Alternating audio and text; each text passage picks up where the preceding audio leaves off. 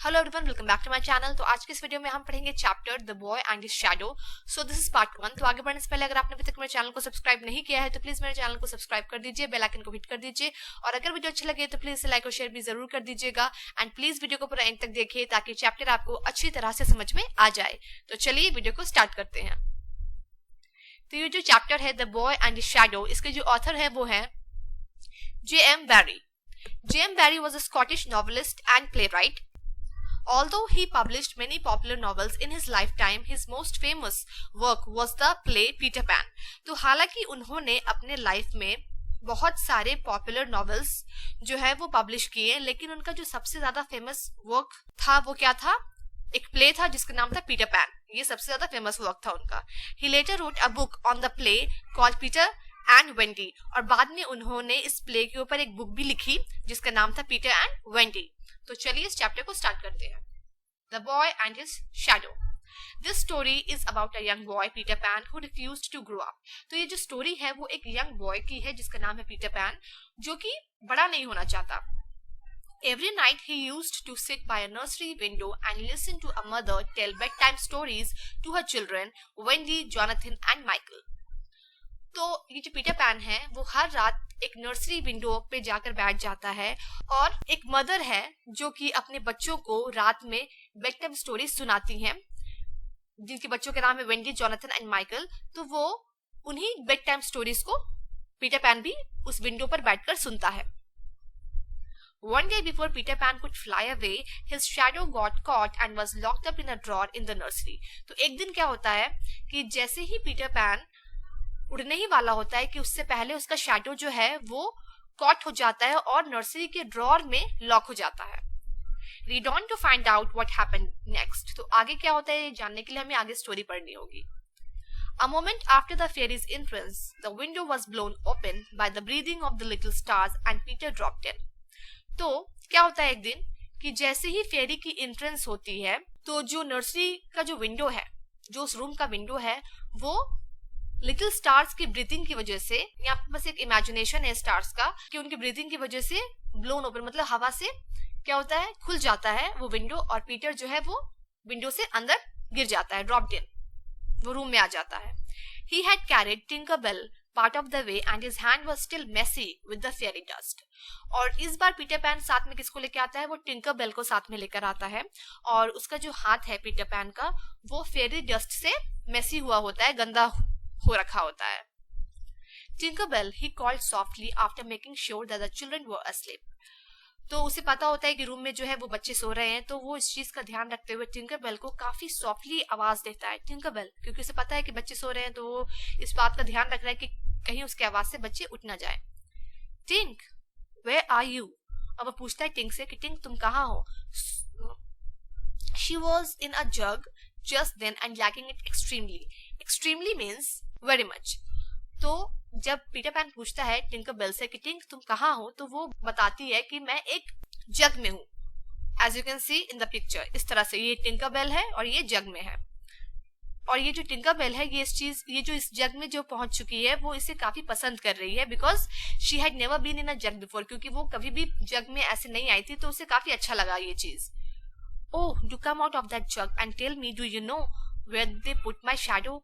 तो Peter Pan बोलता है टिंकरबेल से कि जल्दी से जग से बाहर आओ और मुझे बताओ कि क्या तुम्हें पता है कि उन लोगों ने मेरे शैडो को कहाँ रखा है?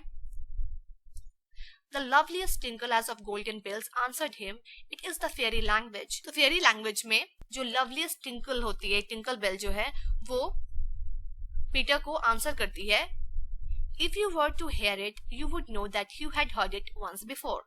तो वो उसे आंसर करती है कि यदि आपने इसे सुना हो तो ये आपको पता होगा कि ये आप पहले भी सुन चुके हैं। Tank said that the shadow was in the big box. और टिंक पीटर पैन को बताती है कि जो शैडो है वो एक बिग बॉक्स में है, बड़े से बॉक्स में है। She meant the chest of drawers, और बिग बॉक्स से उसका मतलब था chest of drawers से। Peter jumped at the drawers, scattering their contents to the floor with both hands. Scattering means throwing in different directions, मतलब चीजों को इधर उधर फेंकना अलग अलग डायरेक्शंस में, उसे स्कैटरिंग कहते हैं। तो जैसे ही टिंकरबेल बताती है पीटर को कि तुम्हारा जो शैडो है वो एक ड्रॉर में है, तो पीटर क्या करता है, जल्दी से वो ड्रॉर के पास जाता है, ड्रॉर ओपन करता है और ड्रॉर के अंदर जितनी भी सारी चीजें होती हैं वो उन चीजों को निकाल कर इधर उधर फेंकने लगता है just to find out his shadow, अपनी शैडो को ढूंढने के लिए। अपने दोनों हाथों से वो ड्रॉर का सारा सामान निकाल कर नीचे जमीन में फेंकने लगता है।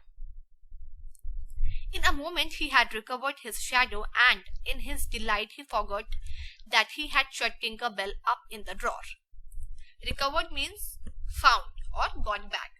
तो थोड़े ही देर में उसे अपना शैडो जो है वो उस ड्रॉर में मिल जाता है और वो इतना ज्यादा खुश हो जाता है कि वो ये भूल जाता है कि उसने टिंकरबेल को उस ड्रॉर के अंदर ही बंद कर दिया है।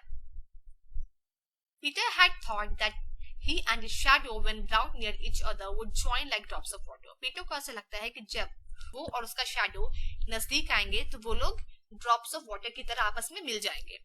When they did not, he was very upset. लेकिन जब ऐसा नहीं होता तो वो बहुत ज्यादा अपसेट हो जाता है। He tried to stick it on with soap from the bathroom, but that also failed. उसके बाद वो अपने शैडो को खुद से चिपकाने के लिए क्या कोशिश करता है, वो ट्राई करता है कि उसका शैडो जो है वो सोप की मदद से उसके साथ स्टिक हो जाए, बट ये भी फेल हो जाता है, ये प्रोसेस भी फेल हो जाता है। Peter sat on the floor and cried. तो जब उसका शैडो उससे स्टिक नहीं हो पाता तो वो जमीन पर बैठ जाता है और रोने लगता है। His sobs woke Wendy and she sat up in bed. उसके रोने की वजह से वेंडी जो है, वो जो बच्ची है, वेंडी, जॉनथन एंड माइकल, वो जो 3 बच्चे हैं उनमें से जो एक वेंडी है वो पीटर के रोने की आवाज की वजह से उठकर बैठ जाती है। She was not alarmed to see a stranger crying on the nursery floor. She was only pleasantly interested. तो वो पीटर को रोता हुआ देखकर अलार्म नहीं होती, मतलब शॉक नहीं होती है कि कोई स्ट्रेंजर है जो कि उसके रूम के फ्लोर पे बैठा हुआ रो रहा है, बल्कि वो काफी इंटरेस्टेड फील करती है। Boy, she said, why are you crying? और वो पूछती है पीटर से कि बॉय तुम क्यों रो रहे हो? Peter could be very polite also, having learned the grand manner at fairy ceremonies, and he rose and bowed to her beautifully. The grand manners means behavior that will impress. एक अच्छा behavior. तो Wendy जो है वो काफी politely Peter से पूछती है कि तुम क्यों रो रहे हो? तो पीटर भी काफी पोलाइटली उसका रिप्लाई करता है, क्योंकि पीटर ने भी बहुत सारे फेयरी सेरेमनीज में ये मैनर्स सीखे थे कि किस तरह से लोगों को रिप्लाई करना चाहिए। तो पीटर क्या करता है, वो उठता है और वो मतलब झुकता है, झुककर उसका रिप्लाई देता है बहुत ही beautifully. She was much pleased and bowed beautifully to him from the bed. तो वेंडी भी उसके इस बिहेवियर से प्लीज होती है और वो भी काफी ब्यूटीफुली वो झुकती है उसके सामने। What's your name? He asked. तो पीटर जो है वो वेंडी से उसका नाम पूछता है, तो वो रिप्लाई करती है Wendy Moira Angela darling. She replied, What's yours? और वो पूछती है कि ये मेरा नाम है और तुम्हारा क्या है? तो पीटर रिप्लाई करता है Peter pan. Is that all? और वो पूछती है बस? तो पीटर कहता है yes, he said.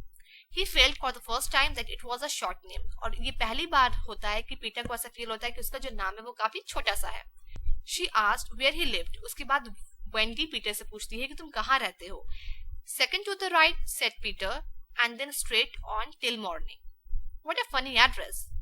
तो जैसे ही पीटर वेंडी को अपना एड्रेस बताता है कि second to the right and then straight on till morning, तो उसके एड्रेस को सुनकर वेंडी कहती है कि व्हाट अ फनी एड्रेस, तुम्हारा एड्रेस काफी फनी है। No it isn't, he said.